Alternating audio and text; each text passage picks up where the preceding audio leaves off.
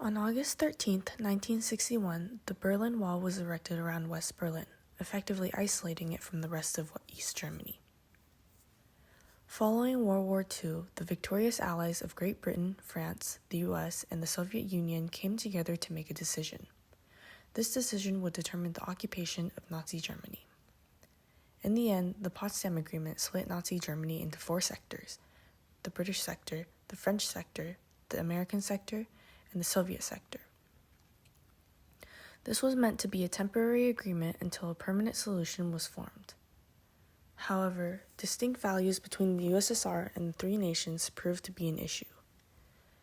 The Soviet sector promoted a communist policy and began separating itself from the capitalist West. Soon, the Western nations formed the Federal Republic of Germany, and the East formed the German Democratic Republic, or GDR. This separation is infamously referred to as the Iron Curtain. And although the city of Berlin was fully within the borders of the GDR, the Potsdam Agreement had split the city as well. This would become a crucial detail later on. Capitalist policies in the West led to a booming economy during the 1950s and caused many East Berliners to emigrate west. To prevent this brain drain from occurring, the GDR built an inner German border. However, there was a loophole. As mentioned earlier, the Potsdam Agreement split the city of Berlin into 4 sectors. At the time, there was no physical barriers between East Berlin and West Berlin. This meant that to bypass the barrier to the west, Easterners could simply take transportation to West Berlin and travel freely from there. This became a major issue for the GDR, as by 1961 they had lost nearly 3.5 million East Germans, or 20% of the population. Majority were young and skilled workers, meaning the Eastern economy was struggling. The Berlin Wall was built unannounced on the morning of August 13, 1961.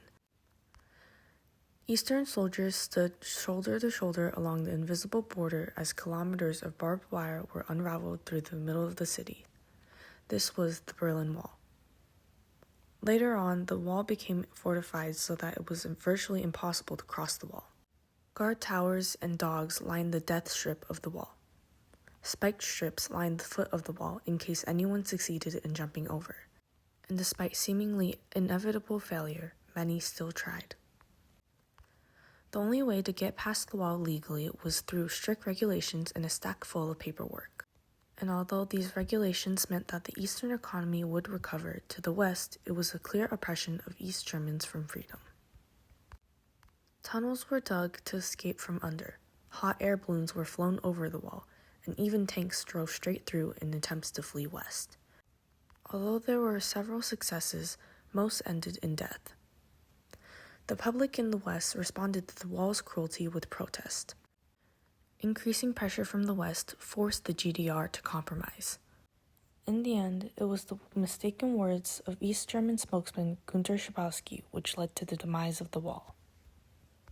With increasing pressure from more lax travel regulations of the wall, the GDR came up with a plan on November 9, 1989, to do just that.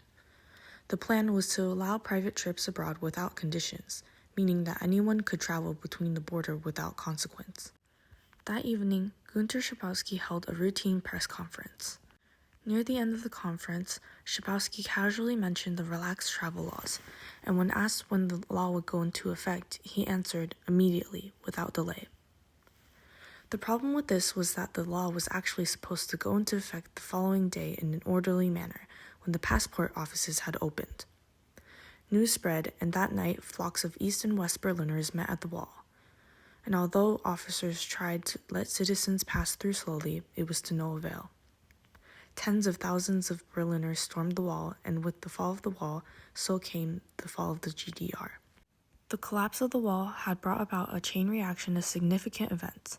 By 1990, Germany had reunified, and by 1991, the dissolution of the Soviet Union marked the end of the Cold War era.